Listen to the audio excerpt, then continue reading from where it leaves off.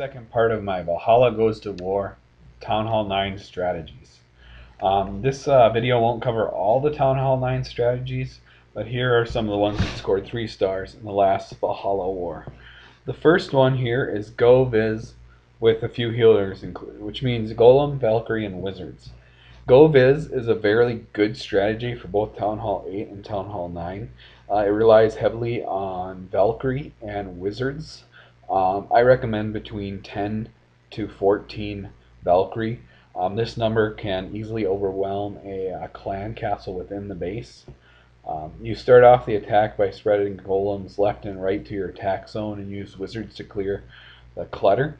And then ideally you send your Valkyrie out right up the middle, right behind your royals. This way you cover your flanks with the golems, and so your wizards don't get killed when the Valkyrie push past the golems. At Town Hall 9 you want to use a rage, a jump, and a heal as you collide with the clan castle to ensure that the Valkyrie deal with them swiftly. If you don't do that, then they might die.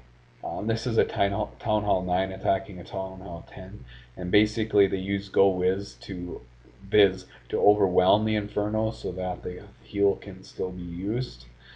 This works best if you attack from the side like Mad Duck here, so that you eliminate one Inferno quickly to prevent 10 tentacles from blocking heal. If you get 10 or 14 Valkyrie into the core, that tends to just overwhelm it. In this video, those healers really didn't do any good because they ended up dying before. The next strategy I'll take a look at is Go Weeva, which is a pretty strong Town Hall 9 strategy. And we actually have a couple of 3 stars from this war using this strategy. We used Go Weeva and Valhalla instead of Go Viz just to clear up any confusion between a witch focused strategy and a wizard focused strategy. And this first one is by Will Andy T, and you can see he does the golem spread like in a Go Viz, but he's at Town Hall 9 you also spread out the witches so that they distract the defenses. Without Inferno towers to worry about, the witches do a pretty good job of keeping defenses occupied with the skeletons. And by using the heal spell to keep the Valkyrie alive in the middle there, they act as efficient tanks and cover fire for the witches as well. And by using jumps at critical points, you can keep the horde of skeletons moving. And Will Andy here is going to use it to get the units back out of the core so they don't bunch up. The big advantage of using the jump spell with either witches or Valkyrie is that it allows the units to keep attacking while not bunching up. The problem with using wall breakers to get a Valkyrie through a hole is that they'll still go through a narrow hole and be bunched up, and both witches and Valkyrie are at a disadvantage. Next we'll take a look at a Go Weeva attack by Curseless, and he incorporates a healer into the strategy as well, but the gist of it's the same. He's going to use a golem to get the attention of the clan castle troops with an extra one in the CC. And by using the witches and having the Valkyrie follow up, eliminate the clan castle that way. Again, the golems go in first. It's very important that you keep good cover fire for your witches. They're very vulnerable, and at 12 housing space, they're really ineffective if they end up taking fire early. Their true power is in infinitely making more units. So if they die early in the battle, they really don't do much because their damage that they do on their own isn't substantial. So it's really important that you keep your tanks in front of them. And again, Curseless uses jump spells to keep the units moving and spread out so that the skeletons keep taking the brunt of the damage. And in this attack he cleverly keeps his Barbarian King in reserve until he needs him to clear out the core. which you'll see in not too long here. But after the initial core is swept out and the Valkyrie and the witches have done their job, the battle sort of takes a little while to conclude. But it's a since the witches infinitely make more skeletons, they'll keep dealing damage, but sometimes you run into issues with running out of time. Um, at and there towards the end, you'll see Kurtless pick up the 3-star.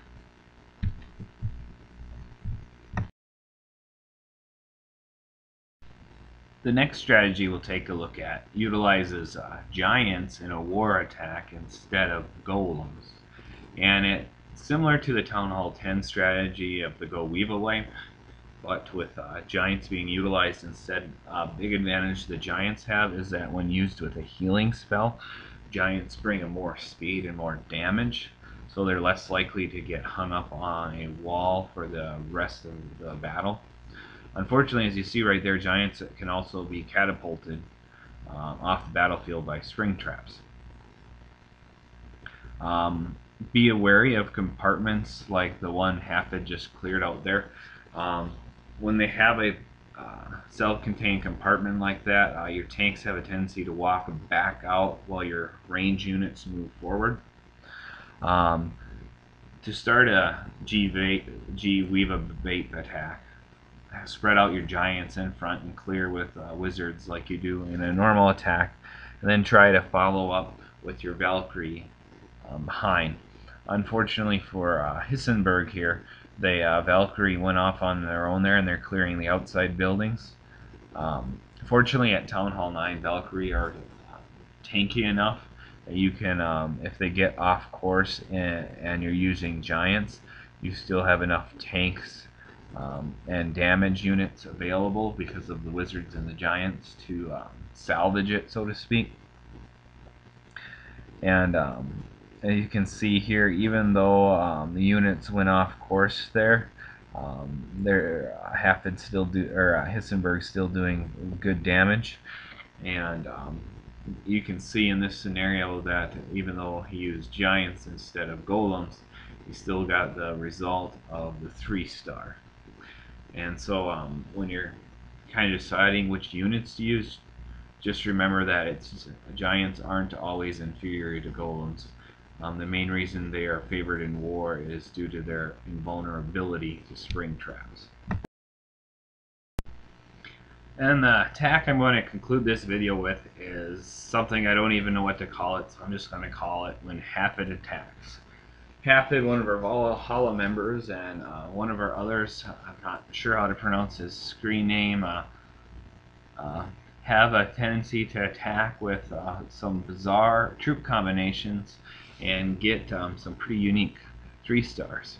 Hafid is going in with giants and P.E.K.K.A. and wizards, using the giants to tank and the wizards and P.E.K.K.A. to deal damage, and then getting the Valkyrie in behind there. And if you notice, an important thing to note here is that the Valkyrie are attacking from the Archer Queen side to eliminate her. That way when the Hog Riders follow in behind, they don't have the Queen sniping them. And Hafid included a few witches in this combination to just distract defenses and keep things going. Fortunately, that healer switches over to the Hog Riders, keeping them alive. If you get really comfortable with the different strengths units have, you can really customize a war army to suit the base that you're attacking versus finding a base that suits your war strategy. And this is what I consider a high indicator of a high skilled player, because whenever you make a war base, you have to make certain concessions, and whenever you're making it, you focus on whatever strategy you're expecting to see. Lava Lunia, go we or go white. And so we'll speed it up there, and Hafid often graces our war battles with unique attacks. And there you go, the 3-star. Let me just end this video with Go Weave, Go Viz, G-Weave wipe, and Go Hova are all strong Town Hall 9 Valkyrie based strategies.